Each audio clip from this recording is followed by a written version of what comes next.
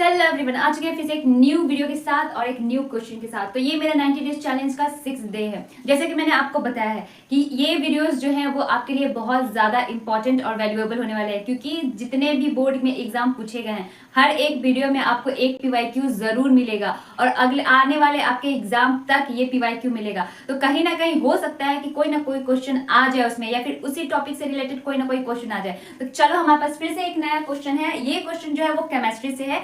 ये क्वेश्चन जो है वो हमारे बोर्ड के एग्जाम में पिछली बार ही पूछा गया है, मतलब 2025 में ही पूछा गया है। तो ये केमिस्ट्री का एक क्वेश्चन है। चलो इसको पढ़ते हैं और देखते हैं। है कि a copper wire on burning gets coated with a black substance, write a chemical equation for the reaction and how can this change be reversed। तो इस क्वेश्चन में दो क्वेश्चन दिया है। क्वेश्चन ये कह रहा है कि अगर हमारे पास एक कॉपर वायर है, वो कॉपर वायर को जब हम हीट कर रहे हैं या फिर जब हम उसको बर्न कर रहे हैं, कॉपर वायर को जब हम बर्न कर रहे हैं तो वो बर्न करने के बाद कॉपर ऑक्साइड बना लेगा और उसका कलर जो होगा वो चेंज हो जाएगा। तो तुमसे पहला पूछ रहा है कि बताओ कि केमिकल इक्वेशन क्या होगा जब हम कॉपर को बर्न कर रहे हैं।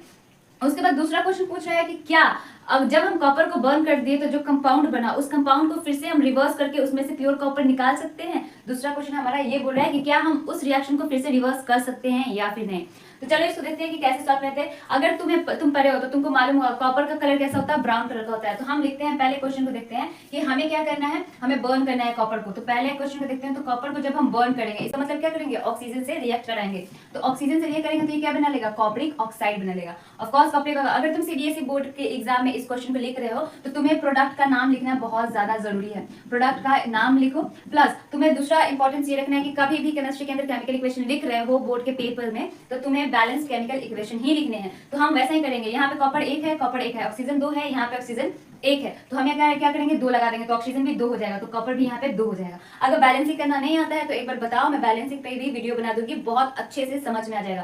तो ये हमारे पहले क्वेश्चन का आंसर हो जाता है। उसके बाद हमारे पास दूसरा क्वेश्चन है, कह रहा है कि how can this chemical change be reverse. इस केमिकल चेंज को फिर से हम रिवर्स कैसे कर सकते हैं। पहला चीज तो ये जानना जरूरी है कि यहाँ पे केमिकल चेंज हुआ क्या है। देखो भाई, कॉपर जो है पहले वो ब्राउन कलर का था, जब वो ऑक्सीजन से रिएक्ट करा, बर्न किया तो ये ब्लैक कलर का हो गया।